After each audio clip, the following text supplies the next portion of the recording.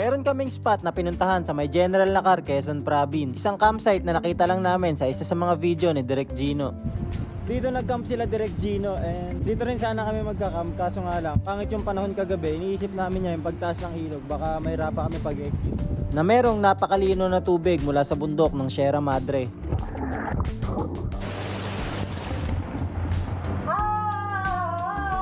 Kaya samahan nyo kami sa maulan at napakalubak-lubak na daan papunta rito.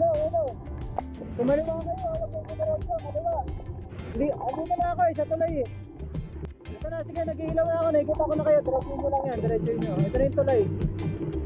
Halo-halong pakaramdam, may takot pero kinabukasan may saya. Kaya tara, samahan nyo kami.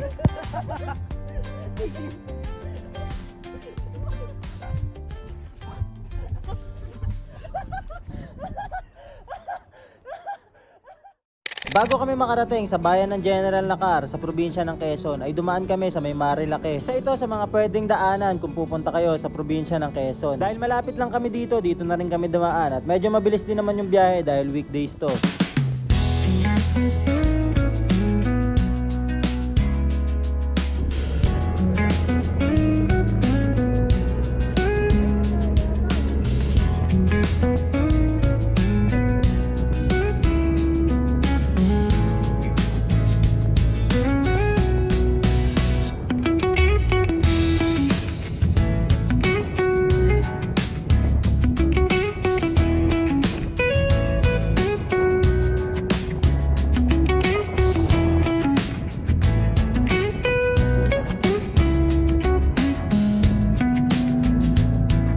Pagdating sa Infanta Quezon ay mahamog na at wala na rin kaming naabutan na arko dahil nga sa giniba na to. At yung oras dito ay bandang 1:00 o 2:00 na ng hapon pero ganito pa rin yung panahon.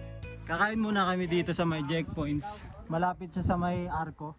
Sa KM90, lagpo siya ng KM90 bago mag-Jarrell Peak. Sobrang fog ngayon kahit tanghali. Partida may liwanag pa yun pero sobrang fog niya. Pagod. Wala pa kami sa kalahati ng biyahe namin pero marami na kami hinto. Pero goods na yun kasi pahinga. Ito yung spot namin. Kumain lang kami saglit tapos dumiretso na. Ang malas pa nga, nadulas ako sa labas ng parkingan. Ano nangyari sa'yo? Madulas, kunyari seryoso para di pagtawanan.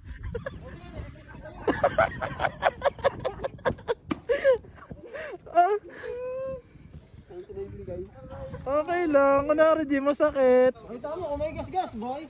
The power of footrest, top box, and ito. Alright, ito. Asan tama? Okay lang yan. Asan tama dyan? Siyempre lang. Tumuloy na kami sa biyahe namin at okay naman ang lahat. Kapag may mga ganong disgrasya na hindi malala, inuuna namin tawanan kaysa lapara namin ng background music na nakakalungkot. Kita nyo nga, binidyohan pa ako bago tulungan. Anyways, nakarating na kami dito sa may Toktok sa may Victory Peak campsite. At dahil nga sa pabago-bago yung panahon na nagsuot na ako ng kapote para hindi tayo mabasa at dagdag init na rin dahil sobrang lamig dito ng klima. Idagdag mo pa yung hangin kapag ka umaandar tsaka patak ng ulan. Sa haba nga ng biyahe namin, pababa na sana ng bundok papunta sa may General Nakar, Quezon, ay naisipan namin umihi sa Gedli tapos nagkaroon pa ng problema. Sa lakas ng hangin natanggal sa pagkaka-side stand yung motor namin ni Badyong at tumaob sa kalsada. Nabali yung side mirror at saka yung lever niya pero working pa rin naman parehas. For the safety lang, ibinalig pa rin yung side mirror para makita kung may mag-overtake para safe lang sa kalsada. Isa, dalawa, tatlo, apat na nag-aayos dito. O da, pag ganun. Yan. Natumba sila ito, gas. Biyak. Ito, gas. Kabilang side. Kabilang. Oo nga no. Bad trip. Huwag mo na palakihin. Pinapalaki mo pa eh. Ay! Meron pa dito! Ano pa pala? Pa dito! Carbon! Carbon Lodi! May ganyan talaga yan. Ito, ganyan talaga yan. Tagal na. Nawala yung Z. Sige, lusot. Ito yung sasagado. Ito yung sagado namin eh. Huwag mo na anuhin! Natuloy pa din naman kami pababa ng bundok at chillings na lang kami para iwas aksidente talaga dahil madulas yung kalsada. At napakalakas pa ng hampas ng hangin dahil nga halos nasa gilid kami ng bundok. Kaya may posibilidad talaga mawala ka sa balanse kapag ka nagmamabilis ka dito. Kaya ang tanong lang ay may bagyo ba? Medyo sumisilip yung liwanag dito mula sa kalangitan pero hindi kami umaasa na gumanda to dahil simula dun sa Jarrell's Peak ay umaambon na pababa dito sa Nakar. Madilim na nung nakarating kami sa General Nakar at nagkasikaso muna kami ng mga kailangan namin, gasolina, pagkain at kung ano pa. Di namin nakalain na ganito pala yung dadatnan namin papasok sa may trail papunta dun sa may destination namin.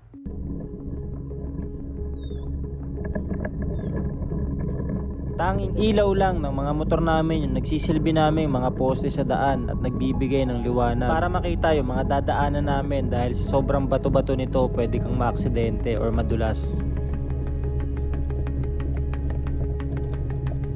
May mga lokal naman kami nakakasabay at may mga pagkakataon din na nagtatanong kami kung mayroon pa bang pahihinatnan yung pupuntahan namin. Pero teka, bakit nga ba ako ganito magsalita? Eh ganito naman yung mga ini-enjoy kong pagkakataon. Adventure to, let's go!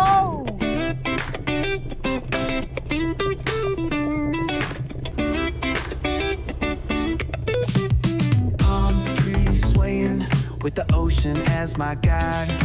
Top down riding, let the west coast vibes collide. Corner store stops, grab a drink, it's all good. Cruising through the streets of my neighborhood. Hey yo, West Coast weather, the sun sets slow. Chilling with the homies, let that talk box glow. Nauna ako sa kanila ng konting-konting distansya lang at nakarating na ako dito sa may landmark na tinuro sa amin, yung pangalawang tulay. Madalas yung tulay na to kapag nababasa, kaya kapag dumaan ka dito, make sure na dire-diretso ka na. Wala nang U-turn dahil may platform to na para sa 4 wheels. Kaya pag bumaba ka, hindi ka na makakaangat ulit doon sa may platform at sa gitna ka na magdidire-diretso. At doon ako nagkamali dahil bumaba ako. Bala ko sana mag U-turn para puntahan muna sila dahil pa-curve nga yung daan at malamang hindi nila ako nakita. Kaso nga lang, madulas talaga kaya idiniretso ko na hanggang doon sa may kabilang side. Tapos naka-intercom naman kami na medyo nagpuputol-putol lang kaya nag-guide ko pa rin sila at nakarating sila dito sa may side natin. Hello. Kumaliwa kayo. Kumaliwa kayo. Hindi, ako na ako sa tulay eh.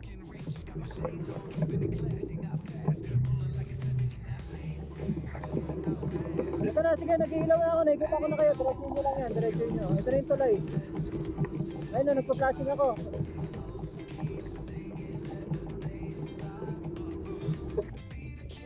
Hindi naman mataas. Hindi rin kulay putek. Siting.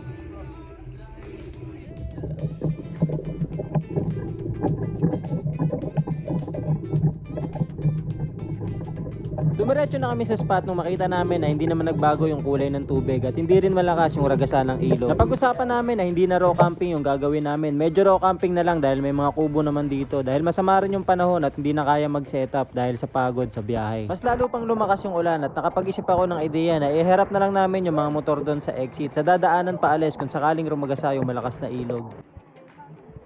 Motor mo, dito mo ka mo. Motor mo. Alright guys, nakapag-settle naman na kami. Yung mga motor ay dyan namin pinark. Tapos may mga cottage naman kaming magagamit. Wala naman yung owner kaya di namin mabayaran. So extend lang kami ng yung normal na tarp lang siya na nabibili sa market. Ganyan yung binili ko kasi sure ball yan na hindi tumatagos talaga sa ulan. Dito na namin hinarap yung aming mga motor sa exit. Para kung sakaling tumaas nga yung tubig doon, madali kami makaka-bounce. Tapos putol-putulin na lang namin yung mga tarp-tarp. Siya, nagluluto na kami dito. Ang maganda rito guys, may CR siya. Ayan. Sarado tong isa, tapos ito open siya. Akin, yung motor ko dito ko na pinark sa exit. Ito na exit eh. Medyo masama kasi yung panahon guys dahil may paparating na bagyo nga ata. Tapos syempre, nasa laylayan na to. Kaya yung agos mula doon sa Sierra, dito na yung pinakalaylayan. Tapos dagat na kasi dun eh. So sana hindi kami abutin ng tubig dito sa taas. Tutulusan natin to dito ng kahoy or dito. Tama dito kasi dito yung ano yung pinaka-edge niya, yung umaalon-alon. Ngayon, kapag ka inabot to dito, ay may ano isda ayun. Ayun nagtago siya doon ayun. Nakita ko ayun. Ngayon, kapag ka lumagpas dito yung tubig, ibig sabihin, mas tumaas pa talaga. Hindi, medyo lumabo na eh. Malinaw pa rin. Eh, kasi umulan na eh, malinaw pa rin. Ayun.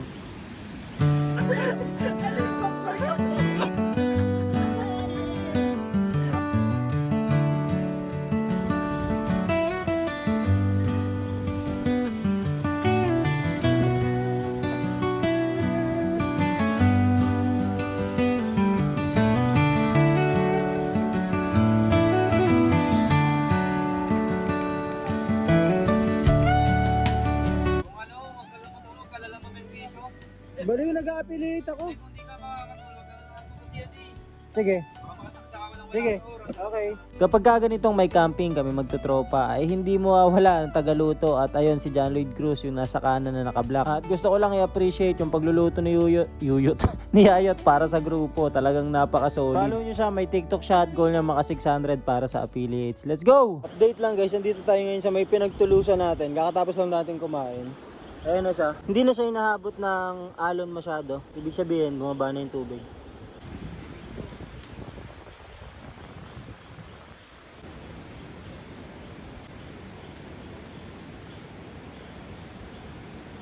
Sa ganitong camping na walang ilaw, mahalaga talaga na meron kang headlamp. Bukod kasi sa nakakapagbigay ito ng liwanag, lalo't pag mga ganitong trip ng camping na wala talagang ilaw, ay magagamit mo pa yung parehas mong kamay. Bago ko to i-promote sa inyo, ay na-testing ko na to ng ilang ulit sa mga camping na napuntahan natin. Hindi biro yung lakas nito, kaya wag na wag itututok sa mga mata, lalo yung zoom. Dahil nakakasilaw talaga. Meron to mga iba't ibang settings, kayo na lang bahala kung anong trip nyo. May SOS, may battery saver, at may pinakamalakas. Kung gusto nyo order nito, nasa comment section na yung link nyan, click nyo na lang. Oo nga pala, hindi ko nasabi, nasalubong pala to sa birthday ko. December 4 to ng hating gabi at pa-transition na to December 5. Hindi ko alam kung bakit ganito yung mga gusto kong trippings na. Siguro pag 15 to 20 years old, naghahanap ka pa kung saan ka sasaya. Ngayon 20 na ako, ito na siguro talaga yung trip kong gawin sa buhay ko.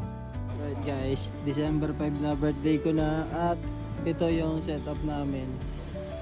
Hamok. At hamok doon sa baba. Tapos dito. Si Udan, babantayan kami ni Udan. Si Adik yan eh. Si Robert. Aray ka. Tulog na kami guys. See you na lang bukas. Ay mamaya pala kasi December 5 na ngayon. Good morning guys. At ngayon is December 5. Birthday ko na and bumungad na rin sa amin yung itong place na pinuntahan namin dahil maliwanag na. Kagabi kasi, di ba, sobrang dilim pa natin nakarating dito kaya hindi natin alam kung ano itsura. Pero ngayon, sobrang ganda ng bumungad sa amin. Pero ngayon, nakita na namin kung gaano kaganda talaga yung place, kung gaano kalinis yung tubig. Pakita ko sa inyo guys. Let's go! Under the boughs where the shadows play, the wind hums songs at the break of day. Whispering pines, secrets untold, carrying tales only the forest holds. Dito nag-camp sila Direk Gino and dito rin sana kami magka-camp kaso nga lang pangit yung panahon kagabi. Iniisip namin niya yung pagtaas ng ilog, baka mahirapan kami pag-exit. Kaya doon na lang kami sa bungad. Pero sila Direk Gino dito nag-camp nun dati. Di tayo makasama sa camp nila kasi guys yung ating mga gulong, bukod sa motor natin na scooter, yung ating mga gulong ay pang daily lang, hindi siya pang dual sport. So pag may mga trails di tayo makakasabay. Pag nabuo na natin yung TMX, baka makasama na tayo sa Stockwa.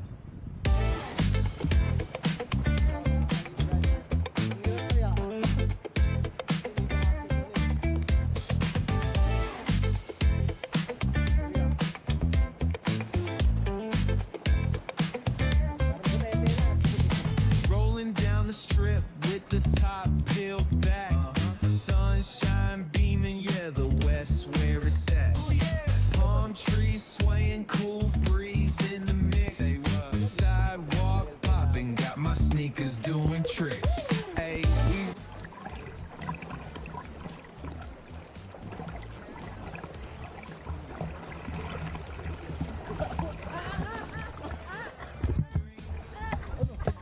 Bakit? Yung batang to kadumpi. Ano yung step pala rito?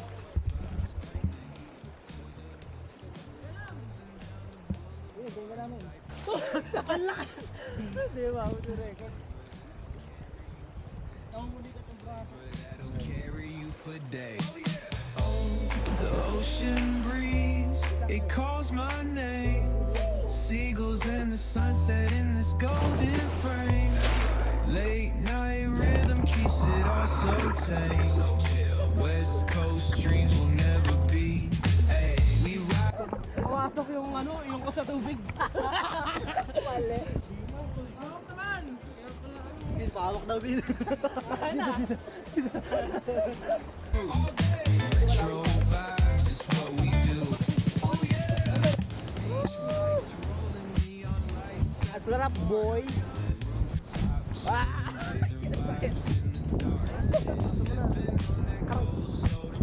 Power on.